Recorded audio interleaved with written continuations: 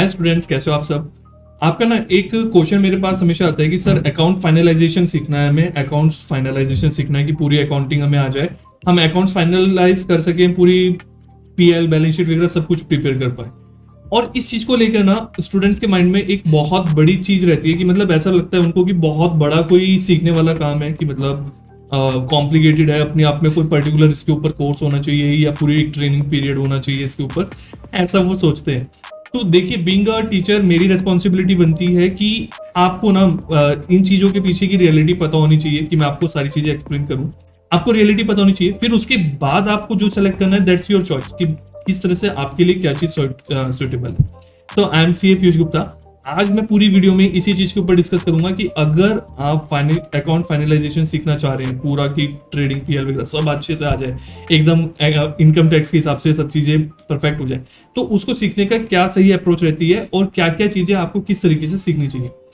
सबसे पहली चीज आप ये समझिए कि जो अकाउंट फाइनलाइजेशन होता है या तो कंपनी का होता है, कंपनी मतलब प्राइवेट लिमिटेड कंपनी या पब्लिक कंपनी, या फिर मैं बात कर रहा हूँ प्रोप्राइटरशिप या फिर पार्टनरशिप, ठीक है ना। तो प्रोप्राइटरशिप और पार्टनरशिप को एक तरफ रखता हूं मैं और कंपनी को एक तरफ रखता हूँ। तो देखिए, जो कंपनी के लिए आपको अकाउंटिंग सीखनी है तो उसमें ना बेसिक के साथ साथ, मतलब एक फंडामेंटल नॉलेज के साथ साथ आपको कंपनी एक्ट की नॉलेज भी होना चाहिए। उस पर अगर इंडिया आईएफआरएस वगैरह मतलब जो भी चीजें अप्लाई हो रही है तो उन सबकी पूरी इन डेप्थ नॉलेज होनी चाहिए।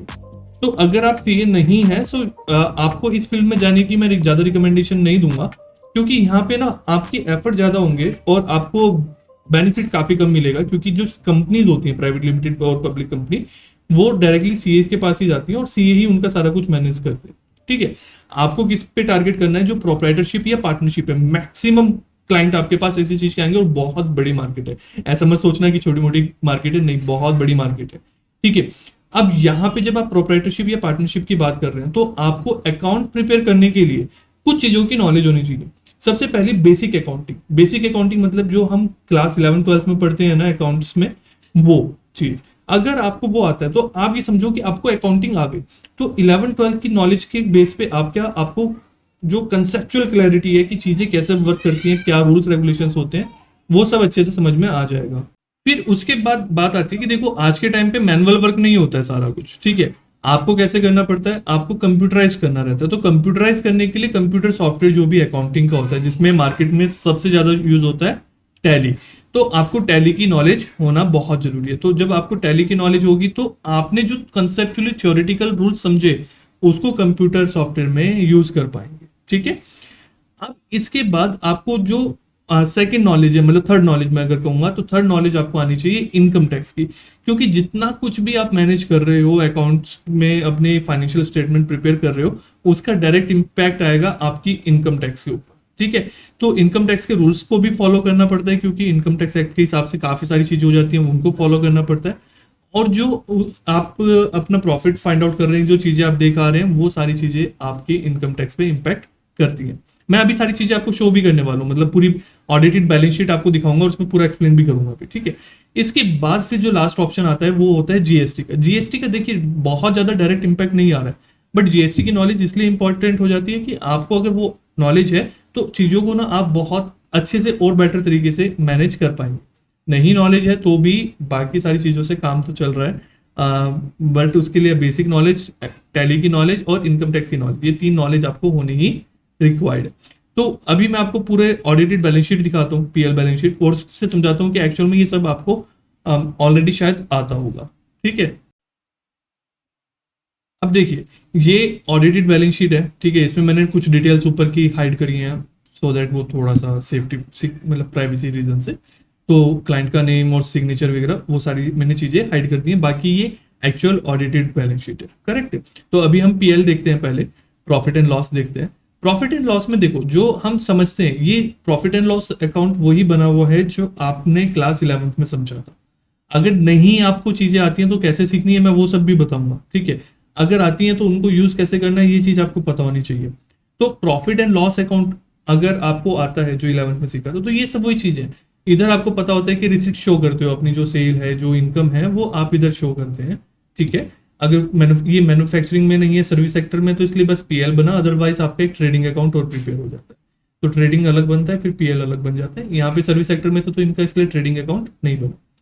तो यहाँ पे जो आपकी रिसीट्स हैं, जितनी भी आपकी सेल हुई, इन शॉर्ट आप इनडायरेक्टली ऐसा बोल सकते हैं, वो इधर आ जाएंगी। इधर आपके सारे एक्सपेंसेस आएंगे और फिर आपका नेट प्रॉफिट आएगा। तो ये सब बेसिक हो गया, ये सब आपने क्लास 11th में पढ़ा।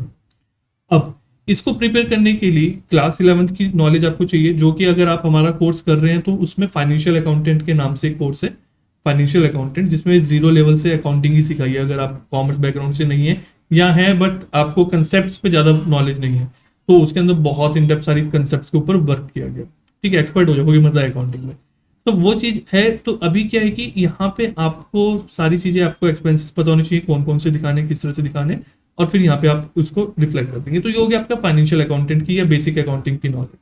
अब इसको प्रिपेयर करना है आपको, तो प्रिपेयर करने के लिए ऐसा तो नहीं है ना बट मैनुअली टाइप कर देंगे।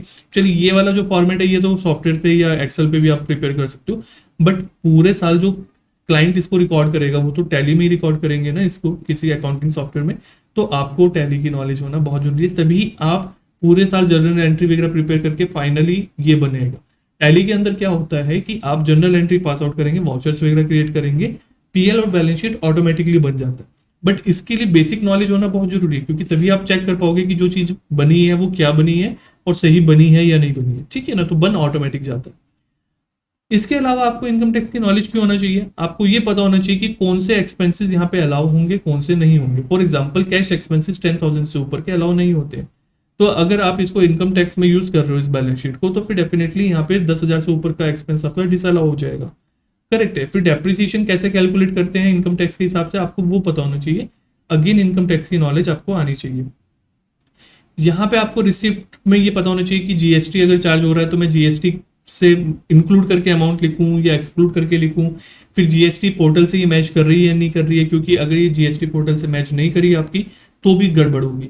तो इसलिए जीएसटी की नॉलेज होना भी आपके लिए काफी इंपॉर्टेंट हो जाता है कि हाँ, आपको पता है कि जीएसटी की सारा वर्क कैसे करता है, और सिर्फ रिटर्न फाइलिंग रजिस्ट्रेशन वगैरह नहीं, उसके पीछे के कंसेप्ट पता होना बहुत जरूरी है। मैं हमेशा कहता हूँ सिर्फ रिटर्न फाइलिंग के पीछे मत भागो, कंसेप्ट के पीछे जाओ। तो ये सारी चीजें आपको यहाँ पे समझ में आ जाएंगी कि हाँ, क्या चीज कैसे है, कि ये मेरा जीएसटी से मैच कर रहा है या नहीं कर रहा है, परचेज मेरी जीएसटी से मैच कर रही है नहीं कर रही है। अगर मिसमैच होगी तो कल को नोटिस आने के चांसेस रहते हैं। करेक्ट है। तो ये सारा कुछ जो आप प्रिपेयर कर रहे हो, ये सब उन्हीं सारी चीजों का कंबाइन हुआ। तो एक चीज आपको समझ में आई कि अगर आपने बेसिक अकाउंटिंग सीख ली, जो कि हमारा फाइनेंशियल अकाउंटेंट का कोर्स है, आपने टैली सीख लिया जो कि टैली का कोर्स है, इनकम टैक्स सीख लिया जो कि इनकम टैक्स का कोर्स है, और जीएसटी सीख लिया जो कि हमारे पास जीएसटी का एडवांस कोर्स रहता है। मतलब इन सबके basic to advance course available है। ये जैसे आपने सीखा ना, ये अकाउंट्स प्रिपेयर करना अपने आप से आपको ऑटोमेटिकली आ गया। इसके लिए अभी कोई स्पेशल ट्रेनिंग की आपको रिक्वायरमेंट नहीं है। बस इतना जरूर होता है कि बहुत सारी चीजें होती हैं इन चीजों में थोड़ा सा एडजस्ट करने के लिए, कि कैसे क्या चीज हम मैनेज कर रहे हैं।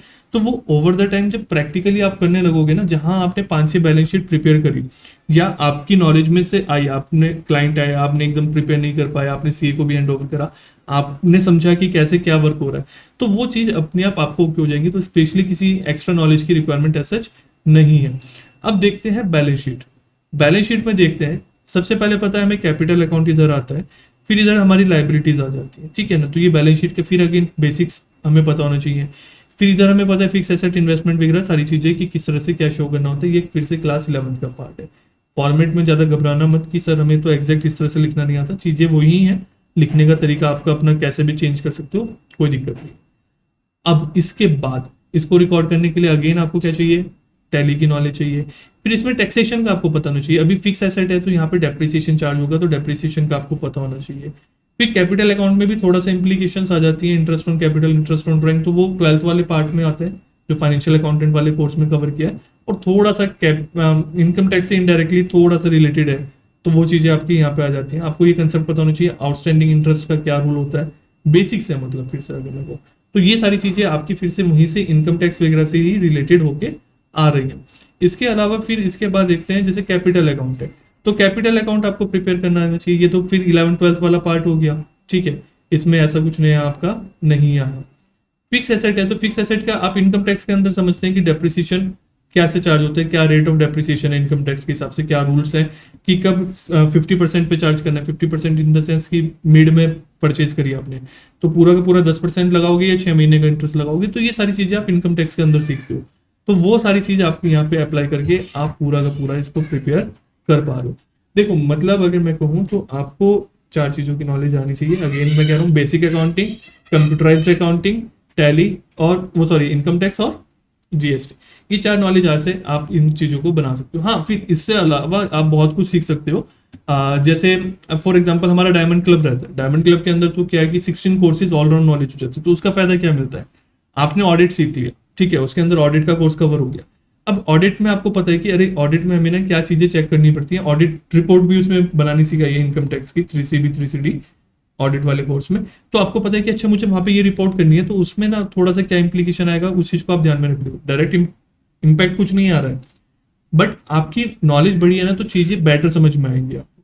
ऐसे ही उसके अंदर बैंक लोन के लिए प्रोजेक्ट रिपोर्ट जो बनती है, projected balance sheet, project report वगैरह, वो सारी फाइनेंशियल स्टेटमेंट बैंक लोन के लिए डिफरेंटली बनते हैं, है यहीं से रिलेटेड बट थोड़ा डिफरेंट हो जाता है। वो सब चीजें आपने वहां सीखी है। अब वो चीज सीखने के बाद आपका थोड़ा माइंड और ओपन होता है कि हाँ ये सारी चीजें कैसे हैं। तो आपको बस इन्हीं चीजों पे फोकस करना है, इधर उधर ज्यादा कंफ्यूज होने की जरूरत नहीं है। ऐसा नहीं कि सर कोई अकाउंटिंग फाइनलाइजेशन का कोई कोर्स हमें करा दो। अगर आपने ये चीजें सीख ली तो अपने आप हो गया। एक वीडियो मैंने आपके लिए रिकॉर्ड कर ही दी है, तो वो आपको समझ में भी आ गया कि हाँ चीजें कैसे कंबाइन हम कर सकते हैं। तो मतलब आज के टाइम पे ना आप अकाउंटिंग पे फोकस मत करिए, अकाउंटेंट मत बनिए। सिर्फ अकाउंटेंट बनोगे तो दिक्कत होगी, टैक्स अकाउंटेंट बनिए। कि टैक्सेशन के बिना अकाउंटेंट बनना मीनिंगलेस है और अधूरा है, ठीक है। फिर भी कोई डाउट होता है तो आप पूछ सकते हैं, और ऐप डाउनलोड कर सकते हैं स्मार्शियस कॉमर्स एकेडमी, वहां पे आपको सारे कोर्सेज इसके मिल जाएंगे।